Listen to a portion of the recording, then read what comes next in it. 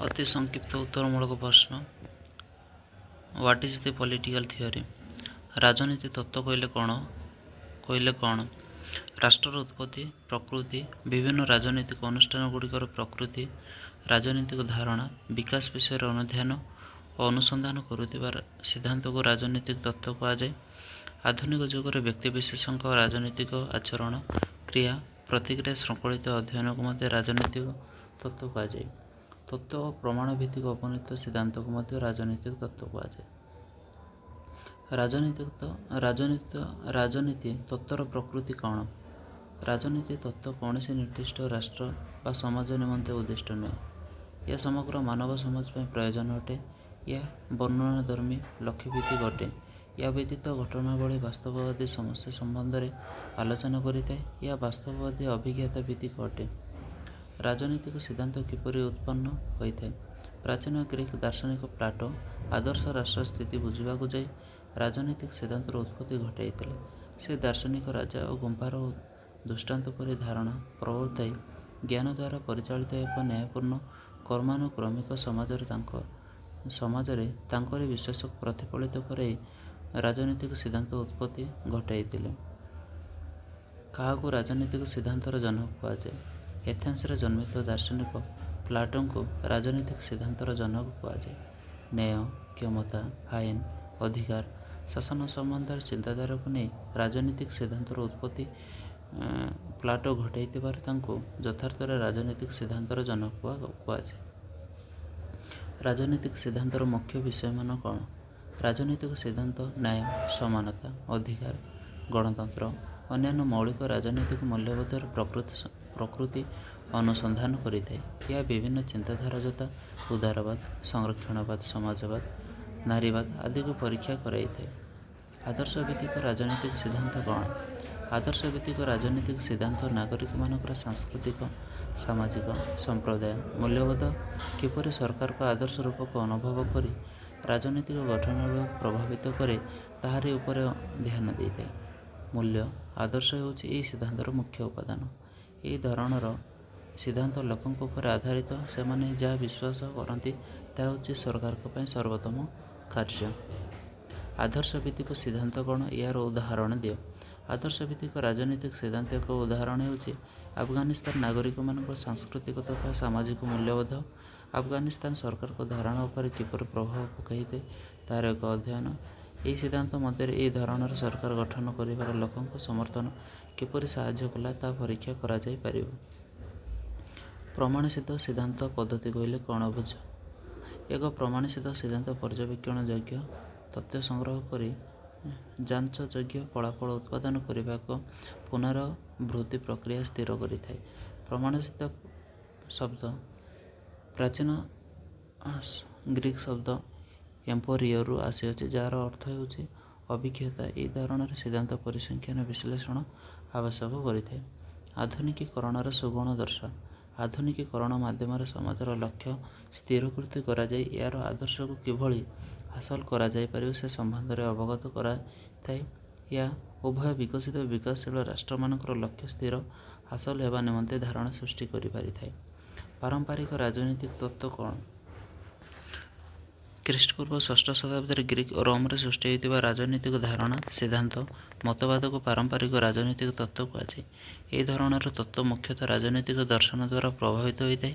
ଏହା ବିଭିନ୍ନ ସମସ୍ୟାର ଅନୁସନ୍ଧାନ କରିଥାଏ ଓ ରାଜନୈତିକ ବିବେକର କାର୍ଯ୍ୟ କରିଥାଏ। ଏହା ରାଷ୍ଟ୍ରକୁ ଏକ ପ୍ରାକୃତିକ ସଂସ୍ଥା ଭାବେ ବିଚାର କରେ। ବ୍ୟକ୍ତିର କଲ୍ୟାଣ ରାଷ୍ଟ୍ରର ଅନ୍ତିମ ଲକ୍ଷ୍ୟ ବୋଲି ବିବେଚନା କରାଯାଏ। ଉଦାରବାଦୀ ରାଜନୈତିକ ତତ୍ତ୍ୱ କ'ଣ? ୟୁରୋପୀୟ ନବଜାଗରଣ ଶିଳ୍ପ ବିପ୍ଳବ ପରେ ଉଦାରବାଦୀ ରାଜନୀତିର ତତ୍ତ୍ୱ ବିକାଶ ଘଟିଥିଲା। ଏହି ତତ୍ତ୍ୱ ବ୍ୟକ୍ତି ସାର୍ବଭୌମତ୍ୱ, ସ୍ୱାଧୀନତା, ଅଧିକାର ବିଶ୍ୱାସ କରିଥାଏ।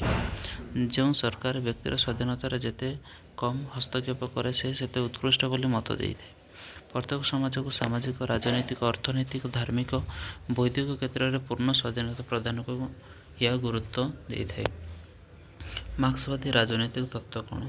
ଊନବିଂଶ ଶତାବ୍ଦୀର ଦ୍ୱିତୀୟାର୍ଦ୍ଧରେ କାର୍ଲମାର୍କ୍ସ ଏଞ୍ଜେଲ୍ସଙ୍କ ଦ୍ୱାରା ପ୍ରସାରିତ ହୋଇଥିବା ଏହି ତତ୍ତ୍ୱ ସାମାଜିକ ପରିବର୍ତ୍ତନ ନିମନ୍ତେ ସମାଜବାଦୀ ବିପ୍ଳବ ଉପରେ ଗୁରୁତ୍ୱ ପ୍ରଦାନ କରିଥାଏ। ଏହି ତତ୍ତ୍ୱ ଅନୁସାରେ ସମାଜ ମଧ୍ୟରେ ରହିଥିବା ଧନୀ ଓ ନିର୍ଧନ ଶ୍ରେଣୀ ମଧ୍ୟରେ ସଂଘର୍ଷରୁ ଶ୍ରେଣୀହୀନ ସମାଜ ପ୍ରତିଷ୍ଠା ହୁଏ। ଏହି ସମାଜରେ ସମାଜ ଉତ୍ପାଦନ ବଣ୍ଟନ ଉପରେ ନିୟନ୍ତ୍ରଣ ଜାରି କରିବା ଫଳରେ ବ୍ୟକ୍ତିର ରାଜନୈତିକ ସ୍ୱାଧୀନତା ସୁରକ୍ଷିତ ହୋଇପାରିଥାଏ। ବୈଜ୍ଞାନିକ ଓ ବାସ୍ତବବାଦୀ ରାଜନୈତିକ ତତ୍ତ୍ୱ କ'ଣ? ଯୁକ୍ତରାଷ୍ଟ୍ର ଆମେରିକାରେ ବିଂଶ ଶତାବ୍ଦୀର ପ୍ରଥମାର୍ଦ୍ଧରେ ଜନ୍ମ ହୋଇଥିବା ବୈଜ୍ଞାନିକ ଓ ବାସ୍ତବବାଦୀ ରାଜନୈତିକ ତତ୍ତ୍ୱ ରାଜନୈତିକ ତତ୍ତ୍ୱର ବାସ୍ତବଧର୍ମୀ ଅଧ୍ୟୟନ ପରୀକ୍ଷଣ ଉପରେ ଗୁରୁତ୍ୱ ଦେଇଥାଏ। ଏହି ତତ୍ତ୍ୱ ଭିତ୍ତିକ ଏବଂ ମୂଲ୍ୟବୋଧ ଯୁକ୍ତ ଅଧ୍ୟୟନରେ ବିଶ୍ୱାସ ରଖିଥାଏ। ଏହି ତତ୍ତ୍ୱ ରାଷ୍ଟ୍ରର ଗଠନ କାର୍ଯ୍ୟ ପରିବର୍ତ୍ତେ ରାଜନୈତିକ ପ୍ରକ୍ରିୟା ଉପରେ ଗୁରୁତ୍ୱ ପ୍ରଦାନ କରିଥାଏ। ଏହା ରାଷ୍ଟ୍ରର କାର୍ଯ୍ୟ ଅପେକ୍ଷା ସ୍ଥାୟିତ୍ୱ, ଶୃଙ୍ଖଳା, ସହଯୋଗ, ସାମାଜିକ ସଂହତି ଉପରେ ଅଧିକ ଗୁରୁତ୍ୱ ଦେଇଥାଏ। ସମସାମୟିକ ରାଜନୈତିକ ତତ୍ତ୍ୱ କ'ଣ? ପାଶ୍ଚାତ୍ୟ ରାଷ୍ଟ୍ରଗୁଡ଼ିକରେ 1960 ଦଶକରେ ସୃଷ୍ଟି ହୋଇଥିବା ସମସାମୟିକ ରାଜନୈତିକ ତତ୍ତ୍ୱ ରାଜନୈତିକ ଇତିହାସ ଏବଂ ଅତୀତର ଘଟଣାବଳୀର ଅଧ୍ୟୟନର ଦିଗ ପ୍ରତି ଗୁରୁତ୍ୱ ଦେଇଥାଏ। ଏହା ସାର୍ବଭୌମତ୍ୱ, ଗଣତନ୍ତ୍ର, ସ୍ୱାଧୀନତା, ସମାନତା, ନ୍ୟାୟ ଆଦି ଧାରଣାଗୁଡ଼ିକର ବ୍ୟାଖ୍ୟା କରିଥାଏ। ଏହା ସମାଜର କଲ୍ୟାଣ, ଗଣତାନ୍ତ୍ରିକ ମୂଲ୍ୟବୋଧର ପ୍ରସାର ଉପରେ ଅଧିକ ଧ୍ୟାନ ଦେଇଥାଏ। ଆଧୁନିକ ଉଦାରବାଦ ସମ୍ବନ୍ଧରେ ମିଲ୍‌ଙ୍କ ମତ ଦର୍ଶାଅ। ଜେ.ଏସ୍. ମିଲ୍‌ଙ୍କ ମତରେ ରାଷ୍ଟ୍ର ଏପରି ଏକ ମୁକ୍ତ ସମାଜ ପ୍ରତିଷ୍ଠା କରିବ ଯେଉଁଠି ପ୍ରତିଟି ବ୍ୟକ୍ତି ସୁଖ, ଶାନ୍ତି, ସହଯୋଗମୂଳକ ଜୀବନଯାପନ କରିପାରିବେ। ସେ ବ୍ୟକ୍ତି ସ୍ୱାଧୀନତାର ପ୍ରବକ୍ତା ଥିଲେ ବି ସାମାଜିକ ସ୍ୱାର୍ଥ ନିମନ୍ତେ ଆବଶ୍ୟକ ସ୍ଥଳେ ବ୍ୟକ୍ତି ସ୍ୱାଧୀନତାକୁ ସଙ୍କୁଚିତ କରିବା ନିମନ୍ତେ ଯୁକ୍ତି ବାଢ଼ିଥିଲେ। ମିଲ୍‌ଙ୍କ ମତରେ ରାଷ୍ଟ୍ର ଶିଶୁମାନଙ୍କ ନିମନ୍ତେ ବାଧ୍ୟତାମୂଳକ ଶିକ୍ଷା ପ୍ରଦାନ କରିବା ସହ ଶ୍ରମିକମାନଙ୍କୁ ଶୋଷଣରୁ ମୁକ୍ତ ଏବଂ ବୈବାହିକ ମୁକ୍ତି ଦେବାର ଆବଶ୍ୟକ ହୋଇଥାଏ। ରାଜନୈତିକ ତତ୍ତ୍ୱ ପଠନର ଆଦର୍ଶ ଭିତ୍ତିକ ପଦ୍ଧତି ସମ୍ବନ୍ଧରେ ଦର୍ଶାଅ। ରାଜନୈତିକ ତତ୍ତ୍ୱ ନୀତି, ଆଦର୍ଶ, ମୂଲ୍ୟବୋଧ ଉପରେ ଆଧାରିତ ହୋଇଥିବା ଯୋଗୁଁ ଆଦର୍ଶ ଭିତ୍ତିକ ପଦ୍ଧତି ରାଜନୀତି ଅଧ୍ୟୟନକୁ ନୀତିଶାସ୍ତ୍ର, ଦର୍ଶନଶାସ୍ତ୍ରର ନିକଟତମ କରିଥାଏ। ଏହି ପଦ୍ଧତିରେ ଗବେଷକ ତାଙ୍କର ଅଭିଜ୍ଞତା, ଅନୁଭବକୁ ନେଇ ସମସ୍ୟା ଆଦର୍ଶ ଭିତ୍ତିକ ସମାଧାନ କରିବା ନିମନ୍ତେ ବିଭିନ୍ନ ସୂତ୍ରମାନ ବାହାର କରିଥାନ୍ତି। ଆଦର୍ଶ ଭିତ୍ତିକ ପଦ୍ଧତିର ଲକ୍ଷଣମାନ ଆଲୋଚନା କର। ଆଦର୍ଶ ଭିତ୍ତିକ ପଦ୍ଧତି ସର୍ବଦା ସ୍ୱାଧୀନତା, ସମାନତା, ନ୍ୟାୟ, ଅଧିକାର, ସହଯୋଗ, ସହାନୁଭୂତି, ଶୋଷଣମୁକ୍ତ ସମାଜ ପ୍ରତିଷ୍ଠା ଲକ୍ଷ୍ୟ ନେଇ ଗବେଷଣା କରିଥାଏ। ଏହି ପଦ୍ଧତି ଅନୁମାନ, ସିଦ୍ଧ, କଳ୍ପନା, ପ୍ରସ୍ତୁତ ଓ ବାସ୍ତବ ଅଟେ। ଏହା ଗୋଟିଏ ରାଷ୍ଟ୍ରର ସଫଳତା ବିଫଳତା ଆକଳନ ନିମନ୍ତେ କିଛି ଆଦର୍ଶଗତ ଆଧାର ରଖିଥାଏ। କାହାକୁ ପରୀକ୍ଷାମୂଳକ ସିଦ୍ଧାନ୍ତର ଜନକ ବୋଲି କୁହାଯାଏ? ଗାଲିଲିଓ ପରୀକ୍ଷାମୂଳକ ସିଦ୍ଧାନ୍ତର ଜନକ ଭାବେ ଜଣାଶୁଣା ଅଟନ୍ତି। ସେ ପରୀକ୍ଷାମୂଳକ ନିରୀକ୍ଷଣର ଯୁକ୍ତିଯୁକ୍ତ ପଦ୍ଧତି ପ୍ରତିଷ୍ଠା କରି ସେ ପର୍ଯ୍ୟବେକ୍ଷଣଗୁଡ଼ିକ ଉପରେ ମତ ଆଧାର କରି ଏକ ସିଦ୍ଧାନ୍ତ ଗଠନ କରିଥିଲେ। କିଏ ଆଧୁନିକୀକରଣ ସିଦ୍ଧାନ୍ତର ଜନକ ଅଟନ୍ତି? ଜର୍ମାନ ସମାଜବିଜ୍ଞାନୀ ମାର୍କସ୍ ୱେବର୍ ଆଧୁନିକୀକରଣ ସିଦ୍ଧାନ୍ତର ଜନକ ଅଟନ୍ତି, ଯିଏ ଏକ ଆଧୁନିକ ସମାଜର ପାରମ୍ପରିକ ସମାଜର ପରିବର୍ତ୍ତନତାର ଓ ଯୌକ୍ତିକତାର ଭୂମିକା ବିଷୟରେ ଆଲୋଚନା କରିଥିଲେ। ରାଜନୈତିକ ସିଦ୍ଧାନ୍ତର ଆଧୁନିକତା କ'ଣ? ରାଜନୈତିକ ସିଦ୍ଧାନ୍ତ ମଧ୍ୟ ଆଧୁନିକତା ହେଉଛି ଏକ ବ୍ୟାପକ ବୌଦ୍ଧିକ ଆନ୍ଦୋଳନ ଯାହା ଆଧୁନିକ ଯୁଗର ଶିକ୍ଷାକୁ ରାଜନୀତି ଅଧ୍ୟୟନରେ ପ୍ରୟୋଗ କରିବାକୁ ଚେଷ୍ଟା କରିଥାଏ। ଆଧୁନିକତାବାଦୀମାନେ ବିଶ୍ୱାସ କରୁଥିଲେ ଯେ ବିଶ୍ୱର ଜଟିଳ ହେବାରେ ଲାଗିଛି। ରାଜନୀତି ସିଦ୍ଧାନ୍ତ ସମ୍ବନ୍ଧୀୟ ପାରମ୍ପରିକ ଚିନ୍ତାଧାରା ଆଉ ପର୍ଯ୍ୟାପ୍ତ ନୁହେଁ। ଆଧୁନିକତା ଇତିହାସ କ'ଣ? ଏକ ଐତିହାସିକ ଅବଧି ଭାବରେ ଆଧୁନିକତା ସପ୍ତଦଶ ଶତାବ୍ଦୀରେ ଆରମ୍ଭ ହୋଇ ଏହା ଗୁରୁତ୍ୱପୂର୍ଣ୍ଣ ସାମାଜିକ ପରିବର୍ତ୍ତନ ଦ୍ୱାରା ଚିହ୍ନଟ ହୋଇଥିଲା। ଏପରି ଛୋଟ ସ୍ଥାନୀୟ ସମ୍ପ୍ରଦାୟ ବୃହତ୍ ସହରୀ ସଭ୍ୟତା ପର୍ଯ୍ୟନ୍ତ ଜନସଂଖ୍ୟାର ବ୍ୟାପକ ଗତିବିଧି, ଶ୍ରମର ଉଚ୍ଚ ବିଭାଜନ, ଯୁକ୍ତିଯୁକ୍ତ ବଜାର ବ୍ୟବହାର, ଅମଳତନ୍ତ୍ର ଅଧିକ ମାତ୍ରା ବ୍ୟବହାରକୁ ନେଇ ଏହା କ୍ରମିକ ଘଟିଥିଲା। ରାଜନୀତି ତତ୍ତ୍ୱର ପ୍ରକୃତିମାନ ଦର୍ଶାଅ। ରାଜନୀତି ତତ୍ତ୍ୱ ବାସ୍ତବତାକୁ ବ୍ୟାଖ୍ୟା କରିବା ପାଇଁ ବର୍ଣ୍ଣନାତ୍ମକ ପରିକଳ୍ପନା ଅଟେ। ଏହା ବ୍ୟକ୍ତି, ସମାଜ, ଇତିହାସ ସମ୍ପର୍କରେ ଆଲୋଚନା କରିଥାଏ। ଏହା ରାଷ୍ଟ୍ର, ସରକାର, ସ୍ୱାଧୀନତା, ନ୍ୟାୟ, ଅଧିକାର, ଆଇନ ସମ୍ବନ୍ଧରେ ଦାର୍ଶନିକଙ୍କ ଅଭିବ୍ୟକ୍ତି ସମାହାର ଅଟେ। ଏହା ବ୍ୟତୀତ ଘଟଣାବଳୀ, ବାସ୍ତବ ସମସ୍ୟାର ଆଲୋଚନା କରିଥାଏ। ଏହା ଯୁକ୍ତି ଉପରେ ଆଧାରିତ, କପୋଳ କଳ୍ପିତ ନୁହେଁ। ଏହା ସତ୍ୟ ଘଟଣା ସମସ୍ୟାରୁ ଉତ୍ପନ୍ନ ହୋଇ ଏହାର ସମାଧାନ ପାଇଁ ଦିଗଦର୍ଶନ ଦେଇଥାଏ। ଏହା କୌଣସି ନିର୍ଦ୍ଦିଷ୍ଟ ରାଷ୍ଟ୍ର ବା ସମାଜ ପାଇଁ ଉଦ୍ଦିଷ୍ଟ ନୁହେଁ ବରଂ ମାନବ ଜାତି ପାଇଁ ପ୍ରୟୋଜନ ଅଟେ। ଏହା ଲକ୍ଷ୍ୟଭିତ୍ତିକ ହୋଇଥିବା ଯୋଗୁଁ ସତ୍ୟର ଅନୁସନ୍ଧାନ କରିପାରିଥାଏ। ଏହା କୌଣସି ଦାର୍ଶନିକ ବା ବୈଜ୍ଞାନିକ ନିଜସ୍ୱ ଅଭିମତ ଅଟେ। ଏହା ୟା ରାଜନୀତି ଆଦର୍ଶ ସମ୍ବନ୍ଧରେ ଆଲୋଚନା କରିଥାଏ। ରାଜନୀତି ସିଦ୍ଧାନ୍ତ ଓ ରାଜନୈତିକ ଦର୍ଶନ ମଧ୍ୟରେ ରହିଥିବା ପାର୍ଥକ୍ୟମାନ କ'ଣ? ରାଜନୈତିକ ସିଦ୍ଧାନ୍ତ ଏକ ନିର୍ଦ୍ଦିଷ୍ଟ ଘଟଣା, ସମସ୍ୟା, ନୀତି ଉପରେ ବ୍ୟାଖ୍ୟା କରୁଥିବା ବେଳେ ରାଜନୈତିକ ଦର୍ଶନ ସାଧାରଣ ସମସ୍ୟା, ଘଟଣାବଳୀ, ଦାର୍ଶନିକ ବ୍ୟାଖ୍ୟା କରିଥାଏ। ରାଜନୈତିକ ସିଦ୍ଧାନ୍ତ ଲକ୍ଷ୍ୟଭିତ୍ତିକ ବାସ୍ତବତା ଉପରେ ଆଧାରିତ ହୋଇଥିବା ବେଳେ ରାଜନୈତିକ ଦର୍ଶନ ଅନୁଶାସନ ସିଦ୍ଧ ହୋଇପାରେ। ରାଜନୈତିକ ସିଦ୍ଧାନ୍ତ ରାଜନୈତିକ ଅନୁଷ୍ଠାନର ବ୍ୟବହାର କାର୍ଯ୍ୟ ସମ୍ବନ୍ଧରେ ଅଧ୍ୟୟନ କଲାବେଳେ ରାଜନୈତିକ ସିଦ୍ଧାନ୍ତ ଏହି ଅନୁଷ୍ଠାନର ଉଦ୍ଦେଶ୍ୟ ଏବଂ ନୀତି ନିୟମ ଉପରେ ଆଲୋକପାତ କରିଥାଏ। ରାଜନୈତିକ ସିଦ୍ଧାନ୍ତ ରାଷ୍ଟ୍ର କିପରି ସୃଷ୍ଟି ହୋଇଛି ସେ ବିଷୟରେ ଆଲୋଚନା କଲାବେଳେ ରାଜନୈତିକ ଦର୍ଶନ ରାଷ୍ଟ୍ର କ'ଣ ପାଇଁ, କ'ଣ ଓ କାହିଁକି ସୃଷ୍ଟି ହୋଇଛି ବୋଲି ଆଲୋଚନା କରିଥାଏ। ଜଣେ ରାଜନୈତିକ ସିଦ୍ଧାନ୍ତ ହଟାନ୍ତି, କିନ୍ତୁ ରାଜନୈତିକ ସିଦ୍ଧାନ୍ତ ବ୍ୟତୀତ ସବୁବେଳେ ଦାର୍ଶନିକ ହୋଇନଥାନ୍ତି। ରାଜନୈତିକ ସିଦ୍ଧାନ୍ତ ତଥ୍ୟ ବାସ୍ତବତା ଭିତ୍ତିକ ଅଧ୍ୟୟନରେ ବିଶ୍ୱାସ କଲାବେଳେ ରାଜନୈତିକ ଦର୍ଶନ କେତେକ ସମୟରେ କଳ୍ପିତ ପ୍ରସ୍ତୁତ ଅଧ୍ୟୟନ କରିଥାଏ। ରାଜନୈତିକ ସିଦ୍ଧାନ୍ତ ଲକ୍ଷ୍ୟ ଭିତ୍ତିକ ବାସ୍ତବତା ଉପରେ ଆଧାରିତ ହୋଇଥିବା ବେଳେ ରାଜନୈତିକ ଦର୍ଶନ ଅନୁଶାସନ ସିଦ୍ଧ ହୋଇଥାଏ। ରାଜନୈତିକ ସିଦ୍ଧାନ୍ତ ଓ ରାଜନୈତିକ ଚିନ୍ତନ ମଧ୍ୟରେ ରହିଥିବା ପାର୍ଥକ୍ୟମାନ କ'ଣ? ରାଜନୈତିକ ସିଦ୍ଧାନ୍ତ ବାସ୍ତବତା ଉପରେ ଆଧାରିତ ହୋଇଥିବା ବେଳେ ରାଜନୈତିକ ଚିନ୍ତନ ବାସ୍ତବବାଦୀ ବା କାଳ୍ପନିକ ହୋଇପାରେ। ରାଜନୈତିକ ସିଦ୍ଧାନ୍ତକୁ ବିଭିନ୍ନ ପଦ୍ଧତି ଯଥା ଦାର୍ଶନିକ, ଐତିହାସିକ, ମନସ୍ତାତ୍ତ୍ୱିକ, ସମାଜତାତ୍ତ୍ୱିକ ଓ ବୈଜ୍ଞାନିକ ପଦ୍ଧତିର ଅନୁଧ୍ୟାନ କରାଯିବା ବେଳେ ରାଜନୈତିକ ଚିନ୍ତନର କୌଣସି ନିର୍ଦ୍ଦିଷ୍ଟ ରୂପରେଖ ନଥାଏ। ରାଜନୈତିକ ସିଦ୍ଧାନ୍ତ ଏକ ସୁଚିନ୍ତିତ ପରିକଳ୍ପିତ ମନ୍ତବ୍ୟ, କିନ୍ତୁ ଚିନ୍ତନ ଏକ ସ୍ୱତଃ ସ୍ୱାଭାବିକ ଆତ୍ମପ୍ରକାଶ ଅଟେ। ରାଜନୈତିକ ସିଦ୍ଧାନ୍ତର ଅଧ୍ୟୟନ ସଂସ୍କାରଧର୍ମୀ, ସମାଲୋଚନାଧର୍ମୀ ଉଭୟ ହୋଇପାରେ, କିନ୍ତୁ ରାଜନୀତି ଚିନ୍ତନ କୌଣସି ଦାର୍ଶନିକଙ୍କର ତତ୍କାଳୀନ ରାଜନୀତି ବ୍ୟବସ୍ଥା, ନୀତି ବା କାର୍ଯ୍ୟକ୍ରମ ସପକ୍ଷ ବିପକ୍ଷରେ ଦିଆଯାଇଥିବା ସାଧାରଣ ଅଭିମତ ହିଁ ରାଜନୀତି ଚିନ୍ତନ, କିନ୍ତୁ ରାଜନୀତି ସିଦ୍ଧାନ୍ତ ହେଉଛି ତଥ୍ୟଭିତ୍ତିକ ମନ୍ତବ୍ୟ। କାହିଁକି ଆମେ ରାଜନୀତି ସିଦ୍ଧାନ୍ତର ଆବଶ୍ୟକତା କରୁ?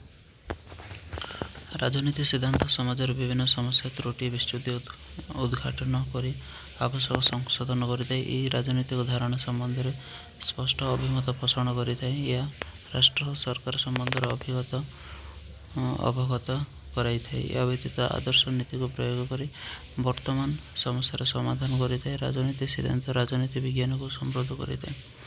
ରାଜନୀତି ସିଦ୍ଧାନ୍ତ ବାସ୍ତବଧର୍ମୀ ଅଧ୍ୟୟନ ଦିଗରେ ସହାୟକ ହୋଇଥାଏ। ରାଜନୀତି ସିଦ୍ଧାନ୍ତ ଅଧ୍ୟୟନ ଦ୍ୱାରା ବିଭିନ୍ନ ସାମାଜିକ ରାଜନୈତିକ ଘଟଣା, ଦୁର୍ଘଟଣାର କାରଣ, ପରିସ୍ଥିତି ସମ୍ବନ୍ଧରେ ଜାଣି ହୋଇଥାଏ। ଏହା ଆଇନ ପ୍ରଣୟନ ଓ ନୀତି ନିର୍ଦ୍ଧାରଣ ଦିଗରେ ସାହାଯ୍ୟ କରିଥାଏ। ଏହା ସୁନାଗରିକ ସୃଷ୍ଟି କରିବା ସହିତ ସାମାଜିକ ପରିବର୍ତ୍ତନତାର ମୁଖ୍ୟ ଆୟୁଧ ଭାବରେ କାର୍ଯ୍ୟ କରିଥାଏ।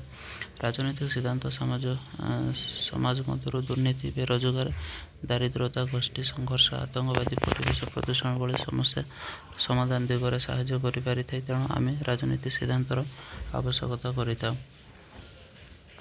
ରାଜନୀତି ତତ୍ତ୍ୱକୁ ଅଧ୍ୟୟନ କ୍ଷେତ୍ରରେ ପ୍ରମାଣସିଦ୍ଧ ପଦ୍ଧତିର ଉତ୍ପତ୍ତି ଦର୍ଶାଅ।